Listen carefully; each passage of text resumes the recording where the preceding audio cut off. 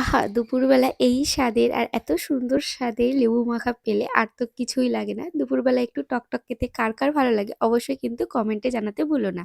High everyone, welcome to my mini blog. আশা করি তোমরা সবাই খুব ভালো আছো। আমিও খুব ভালো আছি। লেবু মাখা করব তাই একটু ওই ১ম এ কয়েকটা শুকনো লঙ্কা পুড়িয়ে নিলাম। আর এদিকে আমার ২ শাগরেদ এখানে রয়েছে। কারণ সবাই ঘুমাচ্ছে, এরাই ২ জন জেগে আছে। চলো কয়েকটা জিনিস তুলে নিয়ে আসি। এখান থেকে ২ টো লেবু পাতা পারবো।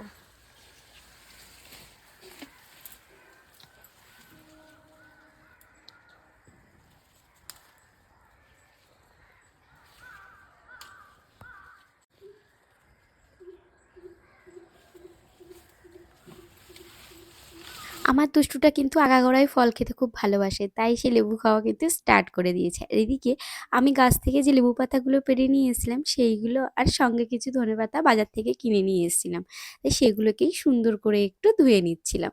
ভালো করে ধুয়ে ধাওয়া নেওয়ার পরে এবার কিন্তু পাতাগুলোকে খুব সুন্দরভাবে ছোট্ট ছোট্ট করে কেটে নিচ্ছিলাম, কারণ দুপুরবেলা আমাদের কাজ নেই। আজকে ভাবলাম একটু বসে এই লেবু মাখাগুলো করব, তাই লেবু মাখাগুলো করার জন্য এখানে নিয়ে নিয়েছি ধনেপাতা, এখানে নিয়েছি কয়েকটা গন্ধরাজ পাতা, এখানে নিয়েছি লঙ্কা পোড়া, এখানে একটু জিরে গুঁড়ো আর নিয়ে নিয়েছি একটু তেঁতুল।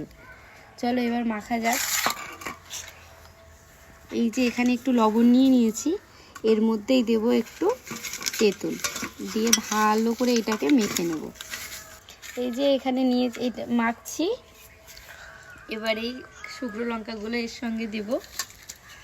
বেশ খেতে ভালো লাগে, এইভাবে খেয়ে দেখো। নিয়েছি, চল এই দেখো এবার এই লেবুগুলো বাবা দুপুরবেলা গাছ থেকে পেড়ে লেবুগুলো ছাড়িয়ে দিয়েছিল।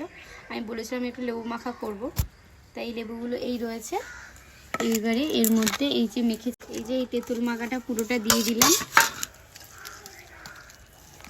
আর সঙ্গে দেব একটু এই ধনে পাতা, একটু গন্ধরাজ লেবুর পাতা আর একটু অল্প করে জিরে দিয়ে ভালো করে এবার মাখার পালা। জাস্ট এই যে দেখো একদম কিন্তু লেবু মাখা একদম কমপ্লিট।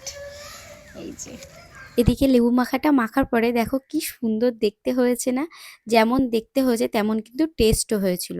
জাস্ট অসাধারণ হয়েছিল কিন্তু খেতে। লেবু মাখাটা তো মাখলাম, তোমরা দেখলে। এবার শুধু কতজন মিলে খাওয়া হচ্ছে সেটা তোমাদেরকে দেখাই। এই দেখো হেভি হয়েছে, হেভি হয়েছে। আজকের মিনি ব্লগটা এই পর্যন্ত। ভালো লাগলে অবশ্যই কিন্তু লাইক শেয়ার কমেন্ট করে পাশে থেকো।